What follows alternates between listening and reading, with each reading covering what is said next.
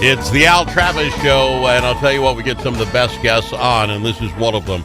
He is none other than Representative Gil Gutknecht. Gil, how are you today? I am good.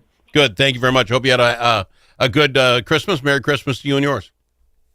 Well, thank you. Yes, we had a Merry Christmas, but this cold and miserable weather Minnesota offers, to me, you can celebrate Christmas, believe it or not, when it's 70 degrees.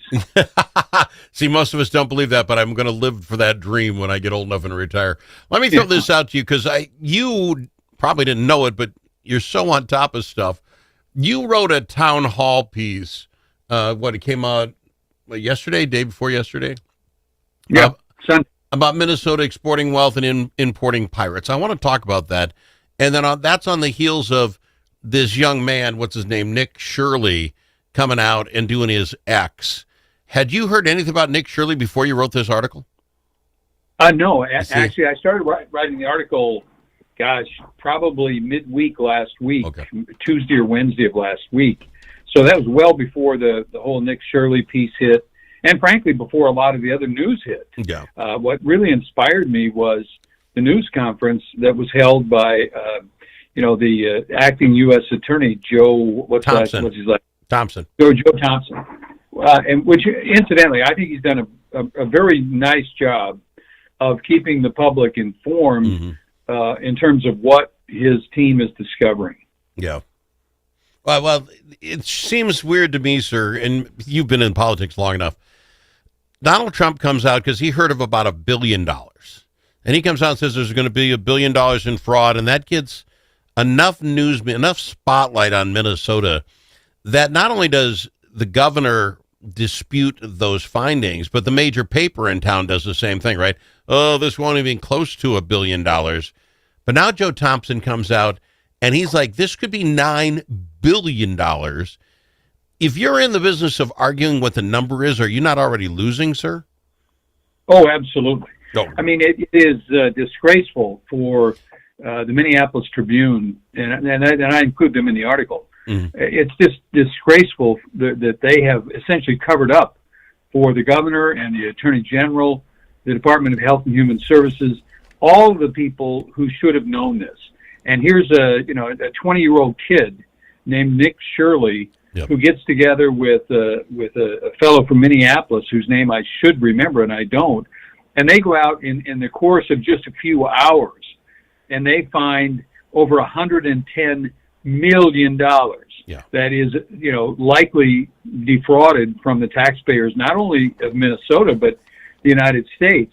The fact that they could go out in just a few hours and visit just a few of the locations and recognize that this is a much, much bigger problem. I mean, where was the national media? Where was CBS News? Where was 60 Minutes? Where was 2020? Where was the Minneapolis Tribune? I mean, it should be embarrassing. Every one of them should be embarrassed that all of this has occurred and they have paid so little attention to it.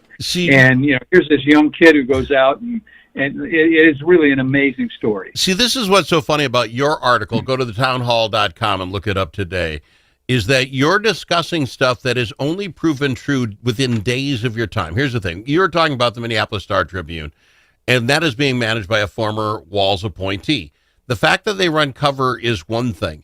But, sir, as of us talking right now, that Nick Shirley's X post has over 100 million views, putting Minnesota in the spotlight worldwide. Do you know what today's Star-Tribune headline was? Walz and the Democrats tap influencers to spread their politics to the masses. They literally did a story how the Democrats are handling influencers to get their message out, not this X story. Yeah. Well, I mean, you had it. I'm sorry, jumping in. You had it, sir. You weren't surprised at all. You have an entire paragraph on how these guys are not covering what's going on, and they're walking right past this one, in fact, turning it around. Yeah. No, I mean, they should be embarrassed. But one of the things that is universally true of incredibly cynical political people, they have lost their ability to blush. Yeah. I mean, the average American would be embarrassed, but they've lost that ability, and it's tragic. It's tragic for them, but it's tragic for the people of the state of Minnesota. And here's what really bothers me about the Minneapolis Star-Tribune, is that in many respects, a lot of the smaller outstate newspapers and even a lot of the radio stations you take their cue in terms of what the day's statewide news is all about from whatever is being covered by the Star-Tribune. And so it's not just their dwindling readership that is influenced.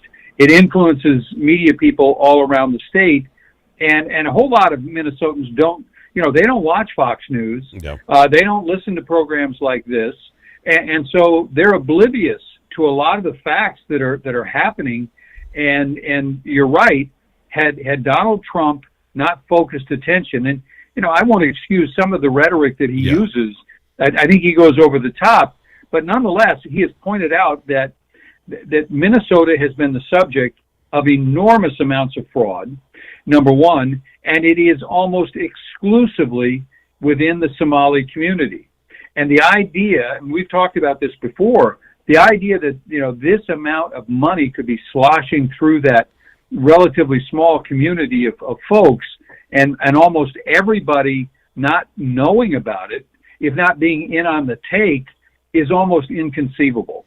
You look at, if you go back and watch the movie The Godfather, I mean, the mafia, when it comes to corruption, when it comes to illegal behavior, when it comes to fraud, the mafia wrote the book. And one of the things that, there has to be some commonality here is, you remember when Don Corleone said, I have many friends in politics. Mm-hmm. Well, you know what? They have many friends in politics too. And my suspicion is, what Don Corleone was doing was he was paying off people. When they needed information about, Sollozzo and where he was going to be for this dinner, they had a source inside the police department. They were paying people. And when you're talking about hundreds of millions and billions of dollars, I just have to believe that a whole lot of people have been paid off to look the other way. And that's how the mafia works. I mean, you don't find that level of corruption without some of it being used to pay people to look the other way. And I wonder how far we'll get down that line. We'll talk about that in a second. I want to get I just want to get through this town hall. I love your town hall article. The idea is that we are exporting our wealth. Things you put in here I didn't know. 3M hasn't built a new plant in Minnesota in 50 years. IBM, they're a huge plant. They had Cray Research. They're among the first to build semiconductors or big computers in Minnesota. None of that is working for us. Tell us more about your thoughts on the wealth of Minnesota not growing, but actually shrinking. Well, the numbers are there for all to see, and it doesn't take a whole lot of research to rediscover how much wealth and wealth-producing companies, how many wealth-producing companies have left the state, have closed up. IBM here in Rochester at one time employed something like 8,500 people. They're down to like 500 today. And all of those people were technical and relatively well-paid people. And, a lot of them retired, and some of them actually retired here in Minnesota. But the bottom line is that huge payroll that used to be here in Rochester, Minnesota, is pretty much gone. And the same is true with Cray Research. The same is true with Control Data.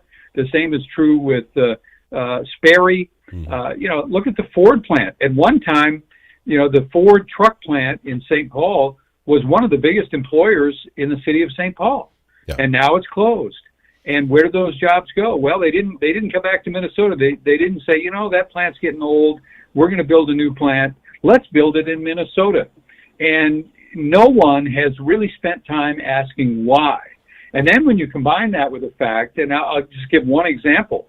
I got to know one of the former owners of the Minnesota Vikings, and he was a loyal Minnesota resident, and he was an entrepreneur. He created lots of businesses, lots of wealth in the state of Minnesota.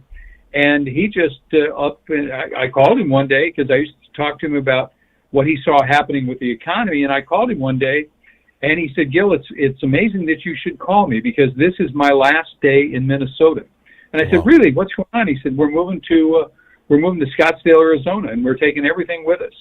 And so when he did that, people didn't know that this guy and his wife were huge supporters of lots of charities in the state of Minnesota. And they took with them a lot of that charitable spending. And more importantly, they took with them that entrepreneurial spirit that helped build a lot of businesses in Minnesota. Oh, yeah. So that's just one example, and it's happening over and over again. The Center for the American Experiment did some research, and they found, I think in a relatively short period of time, it may have been in 1 year, over 4,500 people with incomes of over $200,000 left the state of Minnesota. And then, of course, the question is, the governor and others say, well, yeah, but the population state is pretty stable. Well, yes, it's stable because we're importing people who have very little in terms of job skills, may not have English skills, and they're certainly not replacing this entrepreneurial class that helped create the wealth and the quality of life that Minnesota was famous for. Sir, I love the analysis. It's townhall.com. Be sure to check it out right away. We'll talk some more about that X-File. I've got to go to break, sir. I've got him, Congressman Gil Gutknecht on the Al Travis Show. Don't go anywhere. Lots more coming up.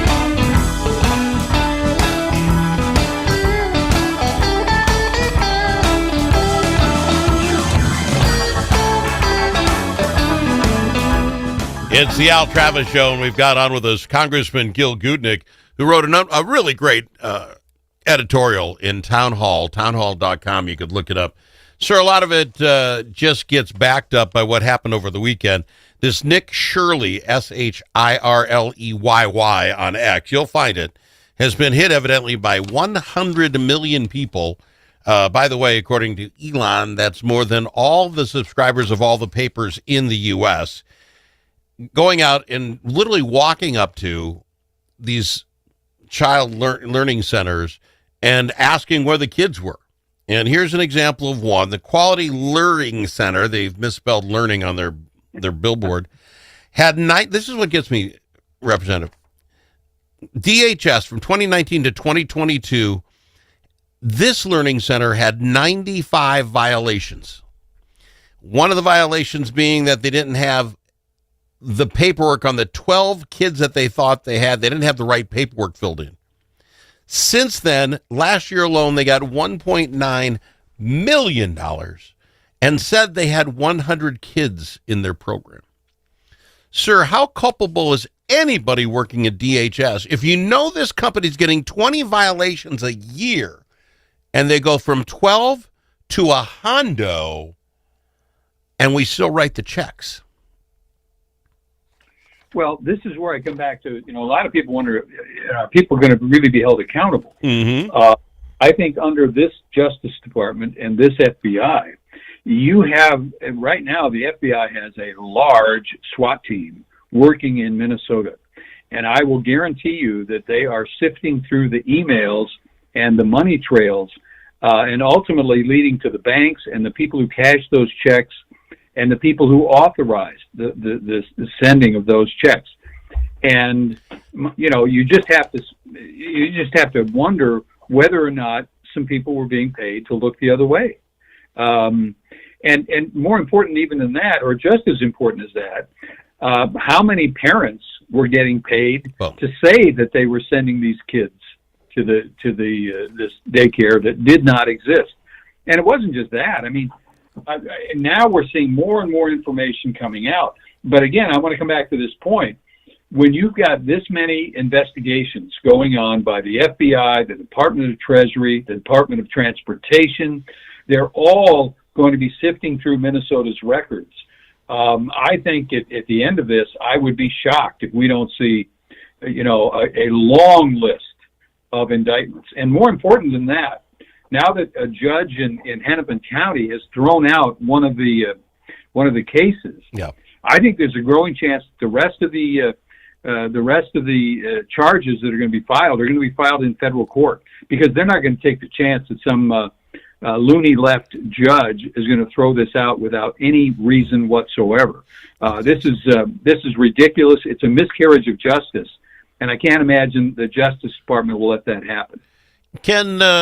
Can you be high enough in the ranking order, governor, lieutenant governor? Lieutenant governor seems to be getting by completely scot-free as far as not being held accountable. I don't know what she would have or would not have done in all this, down to the commissioners and that sort of thing that weren't smart enough to find it. Are they legally culpable, or can they just say, well, vote me out next time. I just messed up. I'm sorry. I'm not a smart businessman, and get by with that aw shucks defense?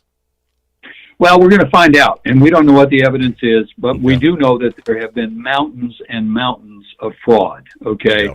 And that did not happen in a vacuum. I mean, there had to be people who knew. There had to have been somebody who was willing to blow the whistle. Speaking of Lieutenant Governor, she was smart enough to show up in a hajib on the weekend that this whole story blew up. Yeah. I can't imagine that that's going to play well. It may play well in the Democratic primary. I can't imagine it's going to play that well in Mankato during the general election. Yeah, the optics are weird. People seem to be. I would ask you. Then I'll go. One last question. Does the left seem unbelievably silent compared to the right? You see the right upheaval. You got Donald Trump. You got everybody else, Cash Patel, everybody coming in here yelling and screaming, obviously. Is the left neglect in not calling this out and saying, hey, this is my money, too, that's been stolen, and be just as upset? Well, I think right now the left is shell-shocked. Okay. I don't think they really know. And obviously, they don't know how much other evidence there is. Mm-hmm. And so they're caught between a rock and a hard spot. I mean, they're caught between the predictable Somali vote, which they desperately need to win statewide, and defending the governor, who, you know, for all intents and purposes, is the leader and standard bearer for the Democratic Party. I don't think any of them want to come out against either of those components of their base.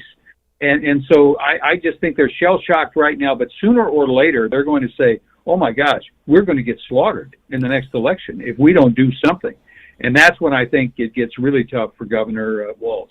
Fair enough. Sir, I'm completely out of time. Love the fact that you took time after the holidays to come on this program and do this with us. I appreciate it. It's townhall.com. Get a subscription if you need to. Congressman, thanks for being here. My pleasure. He's Congressman Gil Gutknecht on the Al Travis Show. More right after this.